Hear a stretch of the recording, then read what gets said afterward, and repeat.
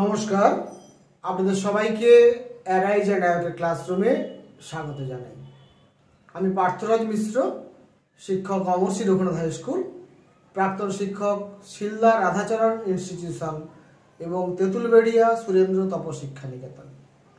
আপনাদের সবাইকে প্রথমেই শুভ বিজয়ার এবং আগাম দীপাবলির আন্তরিক শ্রদ্ধা, প্রীতি, শুভেচ্ছা এবং অভিনন্দন জানাই।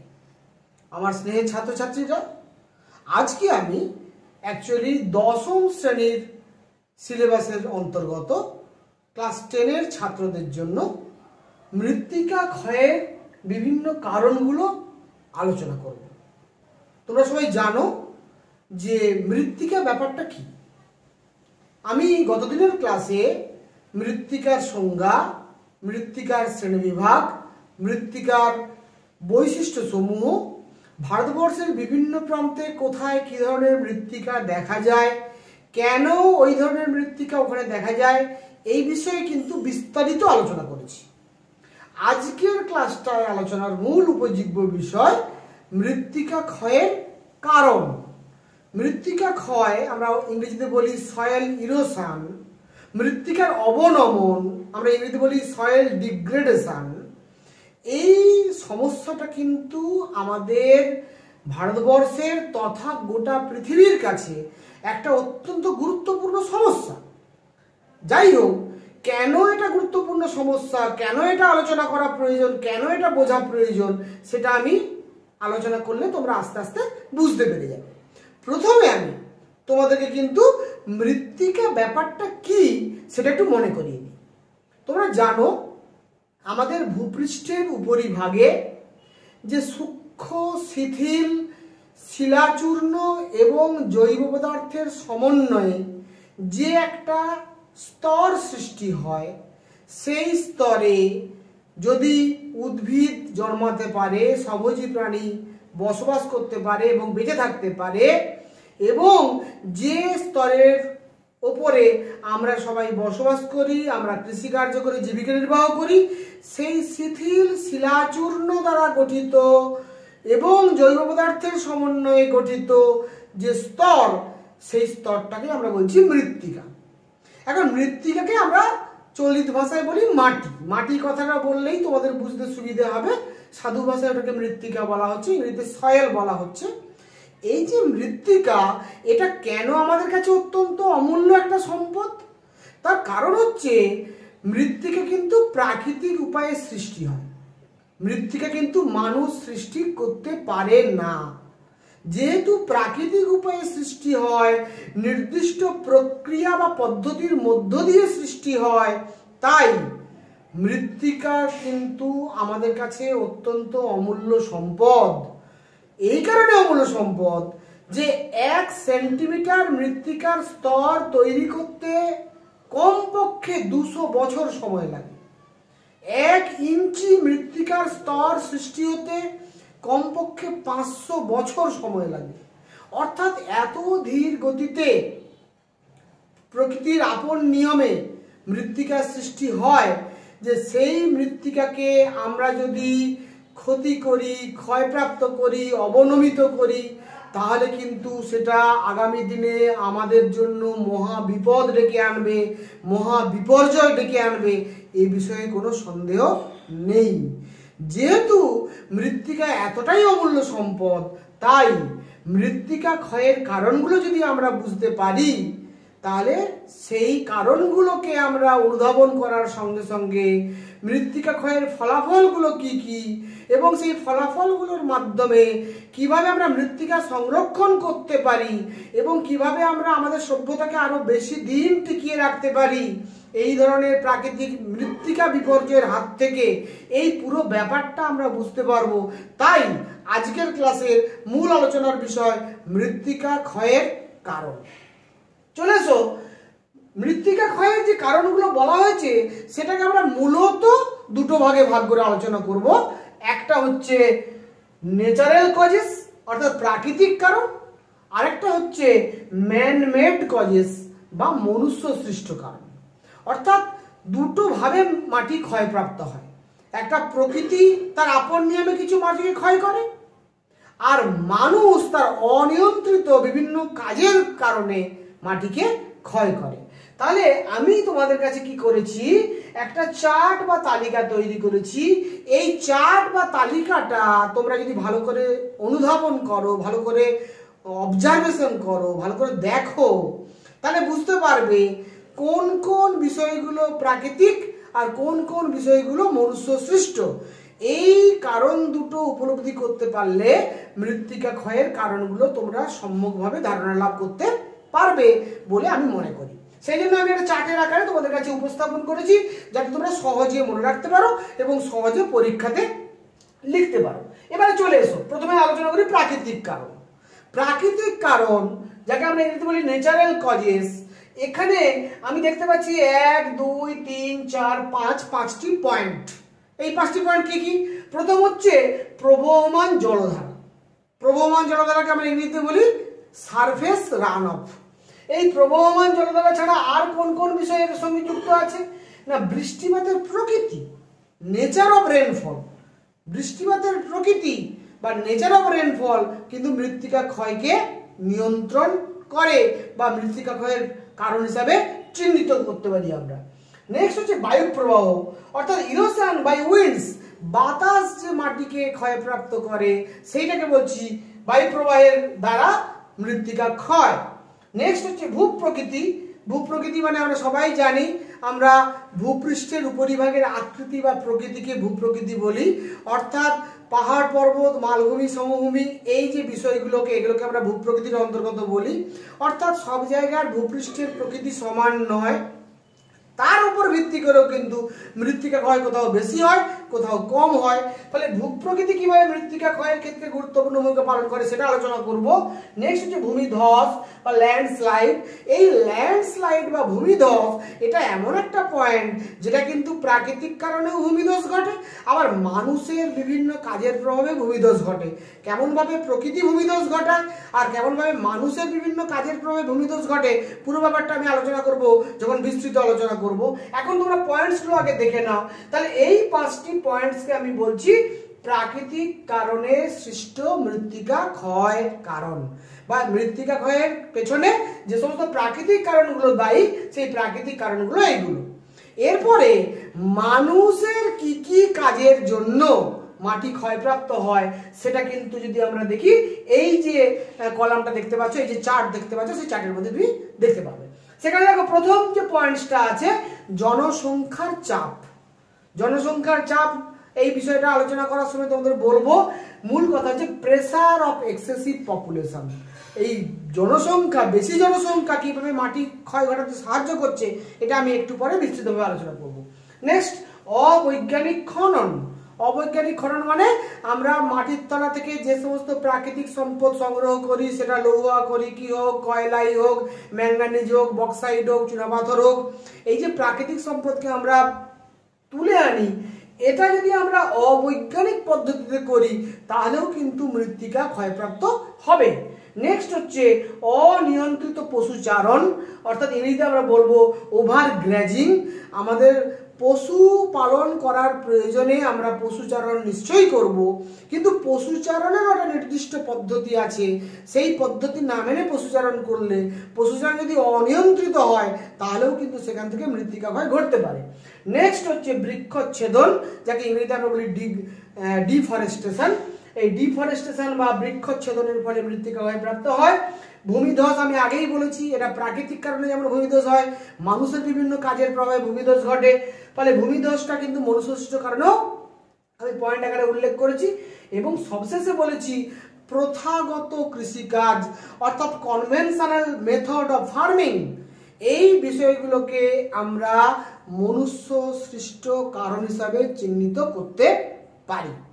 এবার একটু বিস্তৃত আলোচনায় আসা যাক।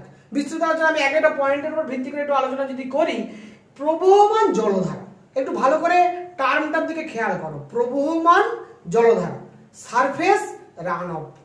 আমাদের ভূপৃষ্ঠের উপর দিয়ে যে জল প্রবাহিত হয়ে যায় ওটাকেই আমরা বলছি প্রবহমান জলধারা।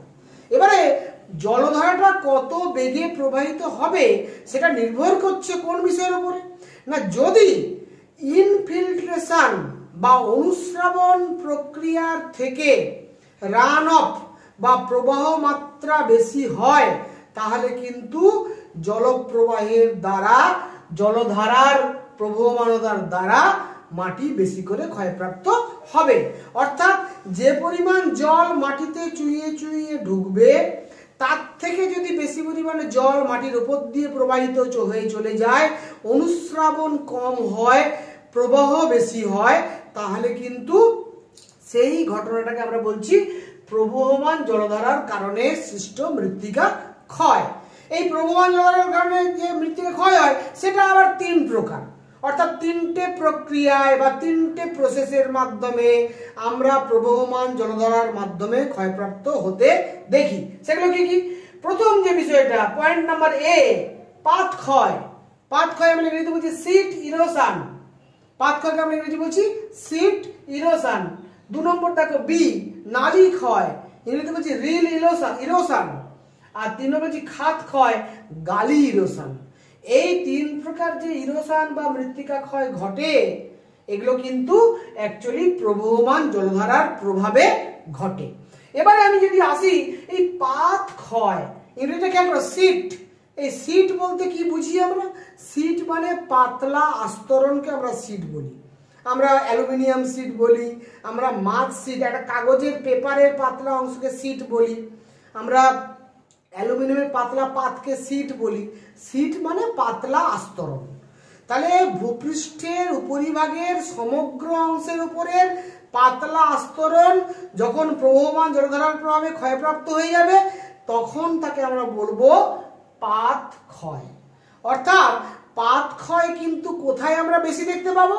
পাত ক্ষয় আমরা বেশি দেখতে পাবো আমাদের যে সিন্ধু, গঙ্গা, ব্রহ্মপুত্র বিধৌত সমভূমি অঞ্চল, উত্তর ভারতের যে সুবিস্তৃত নদী বিধৌত সমভূমি অঞ্চল, এখানে আমরা পাত ক্ষয় বেশি দেখতে পাবো। এবং দাক্ষিণাত্য মালভূমির দক্ষিণ অংশে, যেখানে কিন্তু গ্রানাইট শিলা দ্বারা গঠিত, লোহিত মৃত্তিকা দ্বারা গঠিত, এই অংশেও কিন্তু আমরা পাত ক্ষয় বেশি দেখতে পাবো। অর্থাৎ যে অংশে মৃত্তিকার স্তরটা কিন্তু একটু আলগা, সেখানে কিন্তু সমগ্র মৃত্তিকার উপরের একটা পাতলা স্তর জলপ্রবাহের দ্বারা ক্ষয়প্রাপ্ত হয়ে চলে যাবে। এইটাকে আমরা বলছি পাত ক্ষয় বা সিট ইরোশন। এরপর নালী ক্ষয় ব্যাপারটা কি? নালী, এই কথাটা আমাদের সকলেরই পরিচিত। নালী মানে ছোট নালাকে বলি নালী। তোমরা দেখবে তোমার বাড়ির সামনে যেখান দিয়ে জল প্রবাহিত হয়ে যায়, সেই জল প্রবাহিত হয়ে গেলে সরু একটা জলের দাগ মাটির উপরে পড়ে। এই যে জলের দাগ মাটির উপরে পড়ে, এইটাকে বলছি নালী বা নালা। এইটাকে বলছি আমরা ইংরেজিতে রিল ইরোশন। এটা কোথায় হয় না, যেখানে মৃত্তিকার স্তর খুব আলগা, সেখানে কিন্তু আমরা দেখব যে বৃষ্টিপাতের প্রভাবে বা জলপ্রবাহের দ্বারা ওখানে কিন্তু জল যখন উপর থেকে নিচের দিকে নেমে আসে বা জল যখন ভূপৃষ্ঠের উপর দিয়ে প্রবাহিত হয়, তখন জলের স্রোতের আঘাতে মাটির উপরে একটা সরু নালার সৃষ্টি হয়। সেটাকে আমরা বলছি নালী ক্ষয়, ইংরেজিতে বলছি রিল ইরোশন। বেসিক্যালি এটা কিন্তু আমরা দেখি পার্বত্য অঞ্চলে সব থেকে বেশি করে, অর্থাৎ হিমালয়ের পার্বত্য অঞ্চলে। এখানে একদিকে ভূমির ঢাল খুব বেশি, অপরদিকে মৃত্তিকার স্তর খুব আলগা। ফলে ভূমির ঢাল বেশি হওয়ার জন্য, মাধ্যাকর্ষণের প্রভাব বেশি থাকার জন্য, বৃষ্টিপাতের জল জোরে নিচের দিকে নেমে আসার জন্য এবং ভূমির ঢাল বেশি হওয়ার জন্য ওখানে কিন্তু আমরা নালী ক্ষয় হতে দেখব সব থেকে বেশি পরিমাণে। এছাড়াও মরুভূমি অঞ্চলেও কিন্তু হঠাৎ করে বহুদিন অন্তর যখন বৃষ্টি হয়, তখনও আমরা মরুভূমি অঞ্চলেও নালী ক্ষয় হতে কিন্তু দেখি। তাহলে নালী ক্ষয় মূল কথা জলের আঘাতে মাটির উপরে সরু নালা সৃষ্টি হলে তাকে নালী ক্ষয় বলছি। এরপর বলছি খাত ক্ষয়। খাত ক্ষয় কি? খাত ক্ষয়টা নতুন কিছু নয়। এই যে নালা বা নালী যেটাকে বলছি সৃষ্টি হলো, সেইটা যখন বছরের পর বছর তার উপর দিয়ে জল প্রবাহিত হতে হতে সেই নালাটা আস্তে আস্তে আকার আয়তনে বাড়বে, গভীরতা বাড়বে, তখন তাকে আমরা বলবো খাত ক্ষয়। অর্থাৎ সেটা গভীর হয়ে যাবে। গভীর যখন হয়ে যাবে, চওড়া হয়ে যাবে এবং গভীর হয়ে যাবে, তখন সেটাকে বলছি আমরা খাত ক্ষয়। যখন সংকীর্ণ থাকবে এবং অগভীর থাকবে তখন হবে নালী ক্ষয়, আর যখন চওড়া হয়ে যাবে এবং গভীর হয়ে যাবে তখন তাকে আমরা বলবো খাত ক্ষয়। এটা আর অন্য কিছু নয়। এইভাবে প্রবহমান জলধারার দ্বারা পাত ক্ষয়ের প্রভাবে, নালী ক্ষয়ের প্রভাবে এবং খাত ক্ষয়ের প্রভাবে কিন্তু মৃত্তিকা ক্ষয়প্রাপ্ত হয় প্রকৃতির আপন নিয়মে। এবার চলে আসছি next point, next main points, বৃষ্টিপাতের প্রকৃতি, that means nature of rainfall. বৃষ্টিপাত কিন্তু আমাদের ভারতবর্ষেই হোক, পৃথিবীর বিভিন্ন দেশেই হোক, আমি ভারতবর্ষের যেহেতু আঞ্চলিক ভূগোল আলোচনা করছি, ভারতবর্ষ কেন্দ্রিক আলোচনা করব, সব জায়গায় বৃষ্টিপাতের প্রকৃতি সমান নয়। কোথাও বৃষ্টিপাত বেশি পরিমাণে হয়, কোথাও বৃষ্টিপাত মাঝারি পরিমাণে হয়, কোথাও বৃষ্টিপাত কম পরিমাণে হয়, কোথাও বৃষ্টিপাতের স্থায়িত্ব বেশি, কোথাও বৃষ্টিপাতের স্থায়িত্ব কম। ফলে বৃষ্টিপাতের প্রকৃতি ভারতবর্ষের সব জায়গায় সমান নয়। আবার ভারতবর্ষের সব জায়গায় মৃত্তিকার প্রকৃতিও সমান নয়। তাহলে ভারতবর্ষের বিভিন্ন স্থানে মৃত্তিকার প্রকৃতি বিভিন্ন, আবার ভারতবর্ষের বিভিন্ন স্থানে বৃষ্টিপাতের প্রকৃতিও ভিন্ন। তার ফলে কি ঘটবে? তার ফলে যেটা ঘটবে, যেখানে বৃষ্টিপাতের স্থায়িত্ব বেশি, লং টার্ম আস্তে আস্তে বৃষ্টি হচ্ছে, বাট দীর্ঘস্থায়ী বৃষ্টি হচ্ছে, বাট বৃষ্টিটা আস্তে আস্তে হচ্ছে, খুব হালকা বৃষ্টি হচ্ছে, অনেকক্ষণ ধরে হচ্ছে, অনেক একদিন দুদিন তিন দিন ধরে একটানা বৃষ্টি হচ্ছে, কিন্তু বৃষ্টিপাতের গতিবেগটা কম, পরিমাণটা কম। সেক্ষেত্রে কি ঘটবে? সেক্ষেত্রে অনুস্রাবণ কিন্তু বেশি হবে, প্রবহমান জলধারার পরিমাণ কম হবে। তখন কিন্তু স্থায়িত্ব যেখানে বেশি, যেখানে অনেক সময় ধরে বৃষ্টি হচ্ছে কিন্তু গতিবেগটা কম, সেক্ষেত্রে কিন্তু আমরা দেখব ক্ষয় একটু কম হবে। আবার যখন দেখবো বৃষ্টির তীব্রতা খুব বেশি, বৃষ্টিপাত কিন্তু খুব জোরে হচ্ছে, অল্প সময় হচ্ছে বাট জোরে হচ্ছে, প্রচন্ড বেগে হচ্ছে। যদি প্রচন্ড বেগে হয় বৃষ্টিপাত, প্রচন্ড জোরে যদি হয়, এমন যদি হয় যে 22 সেন্টিমিটার পার আওয়ার বৃষ্টি হয়, তখন কিন্তু আমরা দেখব ইনফিল্ট্রেশনের তুলনায় সারফেস রান অফ বেশি পরিমাণে হবে, অনুস্রাবণের তুলনায় জলের প্রবহমানতা বেশি হবে, এবং তখন কিন্তু পাত ক্ষয় এবং গালি ক্ষয় হওয়ার সম্ভাবনা দেখা দেবে। স্বাভাবিকভাবে বুঝতে পারছো, তীব্রতা বাড়লে এবং পরিমাণ বাড়লে মৃত্তিকা ক্ষয়ের পরিমাণও কিন্তু বাড়বে। বৃষ্টিপাতের তীব্রতা যদি বেশি হয়, পরিমাণ যদি বেশি হয় এবং স্থায়িত্ব যদি বেশি হয়, তাহলে ক্ষয় আরো বেশি মাত্রায় হবে। নেক্সট হচ্ছে গতিবেগ। এখানে গতিবেগ পয়েন্টটা বলেছি কেন না, অ্যাকচুয়ালি বৃষ্টিপাতের যে সময় দেখবে ফোঁটার আকৃতি সবসময় সমান হয় না। কখনো বড় বড় ফোঁটার বৃষ্টি হয়, কখনো ছোট ছোট ফোঁটার বৃষ্টি হয়, কখনো গুড়ি গুড়ি বৃষ্টি হয়, কখনো বড় বড় ফোঁটার বৃষ্টি হয়। ফলে যখন বৃষ্টিপাতের ফোঁটাগুলোর ব্যাস 1 সেন্টিমিটারের বেশি হবে, যখন বৃষ্টিপাতের ফোঁটাগুলোর ব্যাস 1 সেন্টিমিটারের বেশি হবে, তখন বৃষ্টিপাতের গতিবেগ 9 মিটার পার সেকেন্ড হবে। আর 9 মিটার পার সেকেন্ড যখন গতিবেগ হবে, তখন কিন্তু তার মৃত্তিকা ক্ষয় করার ক্ষমতা অনেক বৃদ্ধি পেয়ে যাবে। শুধুমাত্র পাত ক্ষয় নয়, পাত ক্ষয়ও হবে, নালী ক্ষয়ও হবে, এমনকি লং টার্ম ধরে চললে খাত ক্ষয়ও ঘটতে পারে। অর্থাৎ বৃষ্টিপাতের গতিবেগ এবং ফোঁটার আকৃতিও কিন্তু মৃত্তিকার ক্ষয়ের পরিমাণকে নির্ধারিত করতে সাহায্য করে। এইভাবে আমরা বৃষ্টিপাতের স্থায়িত্ব, যেটাকে আমরা ইংরেজিতে বলছি স্টেবিলিটি অফ রেনফল, বৃষ্টিপাতের তীব্রতা এবং পরিমাণ, যেটাকে আমরা বলছি intensity and amount of rainfall, and বৃষ্টিপাতের ফোঁটার আকৃতি, that is size of raindrop, এই পুরো ব্যাপারটা কিন্তু মৃত্তিকা ক্ষয়ের ক্ষেত্রে প্রাকৃতিক কারণ হিসাবে অত্যন্ত গুরুত্বপূর্ণ, এটা আমরা বলতে পারি। নেক্সট, বায়ু প্রবাহ। আমরা সবাই জানি পার্বত্য মরু অঞ্চল, যেখানে মাটি একেবারে আলাদা, যেখানে ধুধু প্রান্তর, বালি আর বালি, কোনো গাছপালা নেই, কোনো ঘরবাড়ি নেই, একদম ধুধু প্রান্তর, সেখানে কিন্তু বাতাস প্রচন্ড বেগে প্রবাহিত হওয়ার সময় এক স্থান থেকে অন্য স্থানে সূক্ষ্ম বালিকণাগুলোকে বহন করে নিয়ে গিয়ে অপসারিত করে। এর প্রভাবেও কিন্তু মৃত্তিকা ক্ষয় ঘটে। তাহলে বায়ু প্রবাহ কিন্তু মৃত্তিকা ক্ষয় ঘটাতে সাহায্য করে, তবে বায়ু প্রবাহের ভূমিকা মরু অঞ্চলে সর্বাধিক। তাহলে যেখানে বৃষ্টিপাতের পরিমাণ বেশি সেখানে প্রবহমান জলধারার পরিমাণ বেশি, যেখানে বৃষ্টিপাতের প্রকৃতিগত ফারাক হয় সেখানে মৃত্তিকা ক্ষয়ের পরিমাণ একরকমের হয়। আবার মরুভূমি অঞ্চলে কিন্তু যেখানে বায়ু প্রবাহ খুব শক্তিশালী, বায়ুর ক্ষয় করার ক্ষমতা খুব শক্তিশালী, বায়ুর বহন করার ক্ষমতা খুব বেশি, বায়ুর কাজ করার ক্ষমতা খুব বেশি, সেখানে আমরা দেখব বায়ু প্রবাহ কিন্তু মৃত্তিকা ক্ষয় করতে সাহায্য করছে মূলত মরু এবং মরুপ্রায় অঞ্চলে। নেক্সট আসছি ভূপ্রকৃতি। আমি ভূপ্রকৃতি পয়েন্ট আগেই বলেছি। ভূপ্রকৃতি মানে আমরা বুঝি পাহাড় পর্বত, মালভূমি, সমভূমি, এই ধরনের ভূপৃষ্ঠের বিভিন্ন আকৃতি বা প্রকৃতিকে আমরা ভূপ্রকৃতি বলি।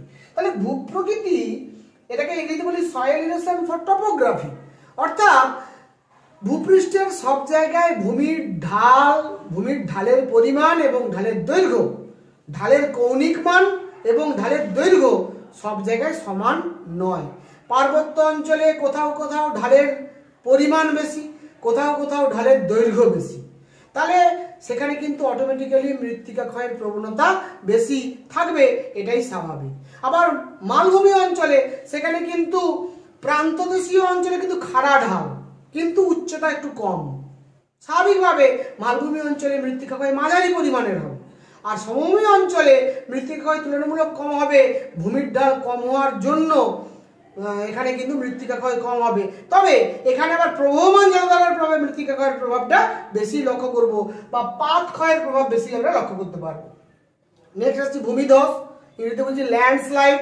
ভূমিধস মানে আমরা জানি সবাই যে আমাদের পার্বত্য অঞ্চলে যেখানে যেখানে গাছপালা নেই বা গাছপালা থাকলেও মানুষ রাস্তাঘাট তৈরির জন্য গাছপালা কেটে ফেলেছে বা সভ্যতা অগ্রগতির জন্য গাছপালা কেটে ফেলেছে, সেখানে কিন্তু অটোমেটিক্যালি ওই পার্বত্য অঞ্চলের মৃত্তিকার মধ্যে জল চুইয়ে চুইয়ে ঢুকতে ঢুকতে মাটির ভেতরটাকে পাতলা এবং আলগা করে দেয় এবং হুড়মুড়িয়ে সুউচ্চ পার্বত্য অঞ্চল থেকে নিচের দিকে পাহাড় ভেঙে পড়তে দেখা যায়।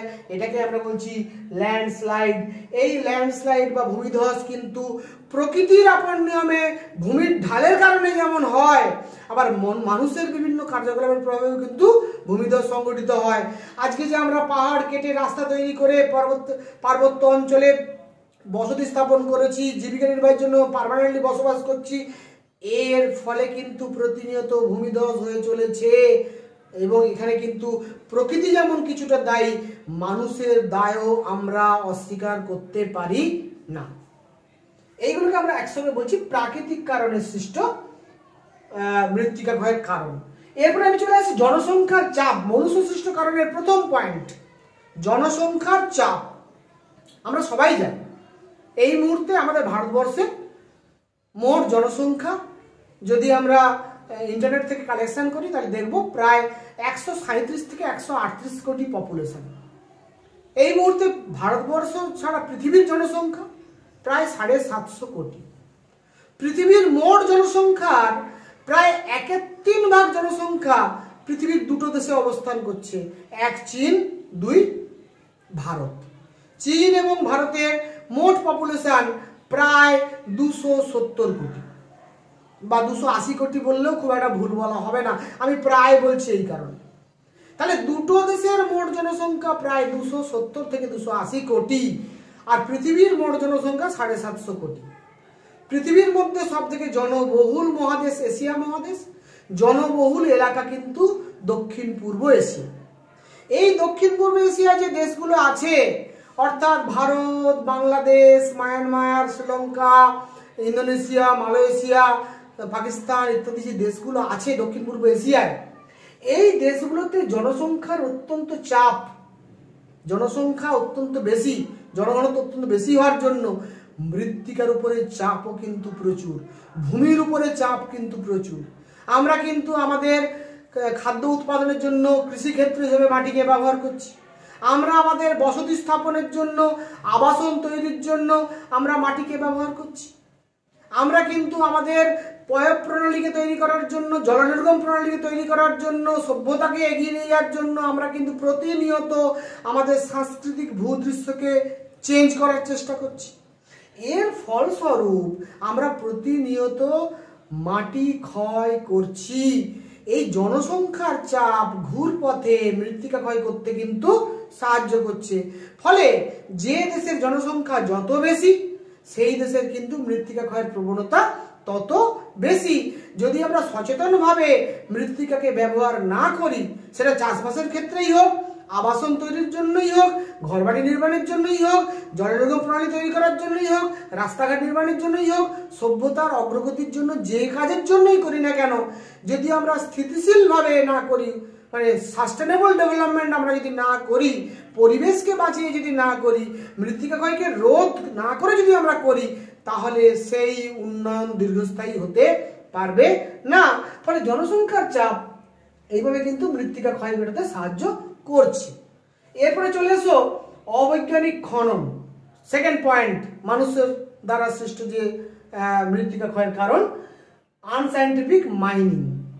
আমরা জানি আমাদের পশ্চিমবঙ্গের কথাই তুমি ধরো, পশ্চিমবঙ্গের পশ্চিমে যেখানে আমাদের বর্ধমান জেলার পশ্চিম অংশ, বীরভূমের পশ্চিম অংশ, বাঁকুড়া জেলার পশ্চিম অংশ, পুরুলিয়ার পশ্চিম অংশ, ছোটনাগপুর মালভূমির একটা যে বহিঃপ্রসিদ্ধ অংশ আমাদের আছে পশ্চিমবঙ্গে, বিশেষ করে রানীগঞ্জ, আসানসোল, মেজিয়া, এই এলাকাগুলোতে দামোদর উপত্যকায় প্রচুর কয়লা পাওয়া যায়।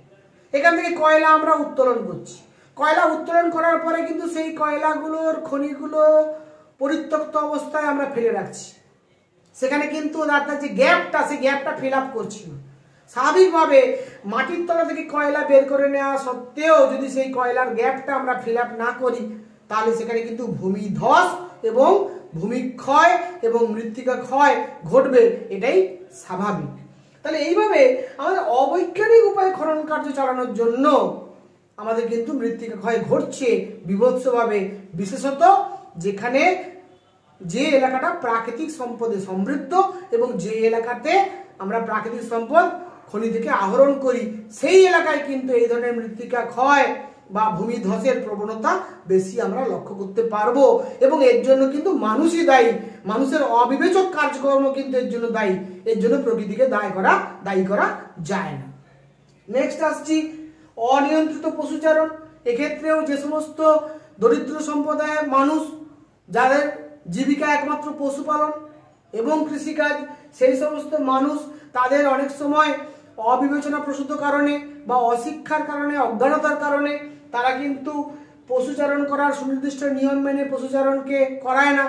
তার ফলে কিন্তু ওই পশুর দ্বারা যখন ওপরের যে তৃণভূমি, সেই তৃণভূমিটা নষ্ট হয়ে যায়। তৃণভূমি যে মাটিটাকে দৃঢ়ভাবে আটকে রেখেছিল, সেই মাটিটাকে দৃঢ়ভাবে আটকে রাখতে আর পারে না, তখন প্রবহমান জলধারার প্রভাবে কিন্তু ক্ষয়প্রাপ্ত হতে শুরু করে। ফলে অনিয়ন্ত্রিত পশুচারণ আমাদের তৃণভূমিকে নষ্ট করে দেয়। তৃণভূমি নষ্ট করে দেওয়ার ফলে আস্তে আস্তে কিন্তু প্রবহমান জলধারার প্রভাবে মৃত্তিকার ক্ষয়কাজ বাড়তে থাকে। এবং আজকে কিন্তু যেখানে আমাদের মৃত্তিকা ক্ষয়টা যে পর্যায়ে আছে, এইভাবে যদি 10 বছর, 20 বছর, 50 বছর, 100 বছর ধরে আমরা অনিয়ন্ত্রিতভাবে পশুচারণ করতে থাকি, তাহলে একদিন কিন্তু ওই এলাকার মৃত্তিকা ভয়ানকভাবে ক্ষয়প্রাপ্ত হয়ে যাবে, এ বিষয়ে কোনো সন্দেহ নেই। নেক্সট আসছি বৃক্ষচ্ছেদন বা ডিফরেস্টেশন। আমরা সবাই জানি জনসংখ্যা বাড়লে আমাদের খাদ্য উৎপাদনের জন্য, বসবাস স্থাপনের জন্য আমরা কিন্তু অরণ্যকে ধ্বংস করে সেখানেই আমরা কৃষিজমি তৈরি করব, বাসস্থল তৈরি করব, বাসভূমি তৈরি করব। ফলে প্রতিনিয়ত জনসংখ্যা বৃদ্ধি পাচ্ছে এবং তার সঙ্গে তাল মিলিয়ে অরণ্য সম্পদ ধ্বংস হচ্ছে এবং ডিফরেস্টেশন ঘটছে। আর এই অরণ্য সম্পদ ধ্বংস হওয়ার ফলে গাছের শেকড় মাটিকে যে দৃঢ়ভাবে আটকে রাখতো, সেটা আটকে রাখার আর কেউ থাকছে না। ফলে মাটির উপরিভাগ আলগা হয়ে যাচ্ছে, মাটিতে যান্ত্রিক আবিষ্কারের প্রক্রিয়া বেশি করে হচ্ছে, মৃত্তিকা ক্ষয় বেশি করে ঘটছে। ফলে বৃক্ষচ্ছেদন করলেও কিন্তু মৃত্তিকা ক্ষয় বাড়বে এবং এর জন্য মানুষই সব থেকে বেশি দায়ী। ভূমিধস আমি আগেই আলোচনা করেছি, এমন একটি পয়েন্ট যেটা প্রাকৃতিক কারণে হয় এবং মানুষের দ্বারাও হয়।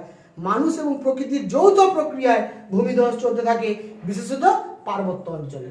আর প্রথাগত কৃষি বলতে এখানে বোঝানো হচ্ছে যে আমাদের ভারতবর্ষের বিভিন্ন প্রান্তে এখনো বেশ কিছু জায়গায় এমন কৃষি পদ্ধতি প্রচলিত আছে যেগুলো অত্যন্ত প্রাচীন, জীবিকা সত্তা ভিত্তিক এবং স্থানান্তর কৃষি। এই সমস্ত প্রাচীন, জীবিকা সত্তা ভিত্তিক, স্থানান্তর কৃষি যেখানে যেখানে এখনো প্রচলিত আছে, যাদের এখনো পর্যন্ত কোনো স্থায়ী বাসভূমি নেই, যাযাবর সম্প্রদায়ের মানুষ, তারা কিন্তু এক জায়গা থেকে অন্য জায়গায় প্রত্যেক বছর স্থান পরিবর্তন করে সেই এলাকার গাছপালাকে কেটে, সেই এলাকার গাছপালাকে পুড়িয়ে সেখানে কোনো রকমের প্রাচীন পদ্ধতি অ্যাপ্লাই করে চাষবাস করছে। তার ফলে উৎপাদনের পরিমাণও খুব কম। একদিকে গাছপালা নষ্ট হচ্ছে, বৃক্ষচ্ছেদন হচ্ছে, অপরদিকে বৃক্ষচ্ছেদনের কারণে মৃত্তিকা ক্ষয় করছে, অপরদিকে এই ধরনের প্রথাগত, অপরিকল্পিত, অবিজ্ঞানসম্মত প্রাচীন স্থানান্তর কৃষি পদ্ধতি মেনে চলার জন্যও কিন্তু প্রচুর পরিমাণে মৃত্তিকা ক্ষয় ঘটছে। মানুষেরও কিন্তু উদ্দেশ্য পূরণ খুব একটা হচ্ছে না, তারাও কিন্তু সেই যাযাবর সম্প্রদায় হিসেবেই থেকে যাচ্ছে, তাদেরও কোনো আর্থিকভাবে কোনো উন্নতি হচ্ছে না, সামাজিক কোনো উন্নতি হচ্ছে না, ঘুরপথে পরিবেশের অবনমন বা পরিবেশের এনভায়রনমেন্টাল ডিগ্রেডেশন ঘটে যাচ্ছে। এই ধরনের প্রথাগত যে ঝুম চাষ, যেটাকে আমরা বলি, পার্বত্য অঞ্চলে যাযাবর শ্রেণীর মানুষরা যে সমস্ত, বিশেষত ভারতবর্ষের উত্তর পূর্ব ভারতের বিভিন্ন প্রান্তে ঝুম চাষটা প্রচণ্ডভাবে প্রচলিত আছে। এই ঝুম চাষের প্রভাবে কিন্তু আমাদের প্রচুর মাটি ক্ষয় পেতে দেখা যায়। এই ধরনের কনভেনশনাল যে মেথড অফ ফার্মিং, এই যে প্রাচীন কৃষি পদ্ধতি, সেই প্রাচীন কৃষি পদ্ধতি থেকে বেরিয়ে এসে ওই সমস্ত মানুষগুলোকে স্থায়ী বাসভূমি দিতে হবে, ওই সমস্ত মানুষগুলোকে স্বাভাবিক সভ্যতার সঙ্গে যে তাল মিলিয়ে চলতে পারে তার ব্যবস্থা করতে হবে সরকারের উদ্যোগে। তবেই কিন্তু পরিবেশের অবনমন তথা মৃত্তিকার অবনমন কম হবে, নতুবা কিন্তু মৃত্তিকার অবনমন বা মৃত্তিকা ক্ষয় আমরা এড়াতে পারবো না। এবং এই মৃত্তিকা ক্ষয়ের যে কুপ্রভাব, সেটা কতখানি দীর্ঘস্থায়ী, কতখানি বিভৎস এবং কতখানি ব্যাপক, সেটা পরের ক্লাসে আমি আলোচনা করব। মৃত্তিকা ক্ষয়ের ফলাফল, মৃত্তিকা ক্ষয়ের ফলে কি কি ঘটতে পারে, সেটা আমি পরের ক্লাসে আলোচনা করব। আজকের ক্লাসটা এই পর্যন্ত। মূলত মৃত্তিকা ক্ষয়ের কারণগুলো আমি আলোচনা করলাম। আমার স্নেহের ছাত্রছাত্রীরা, তোমাদের যদি ক্লাসটা ভালো লাগে থাকে তাহলে অবশ্যই লাইক, শেয়ার এবং সাবস্ক্রাইব করবে। যারা ইতিমধ্যেই আমার এই চ্যানেলটি সাবস্ক্রাইব করেছেন তাদেরকে আন্তরিক কৃতজ্ঞতা এবং ধন্যবাদ জানাই। যারা নতুন করে আমার এই চ্যানেলটি দেখছেন তাদেরকে আমি চ্যানেলটি সাবস্ক্রাইব করার জন্য অনুরোধ জানাই। এবং আজকের ক্লাস এখানেই শেষ করছি। সবাইকে যথাযোগ্য স্থানে সম্মান, শ্রদ্ধা, শুভেচ্ছা এবং ভালোবাসা জানিয়ে থ্যাংক ইউ ভেরি মাচ।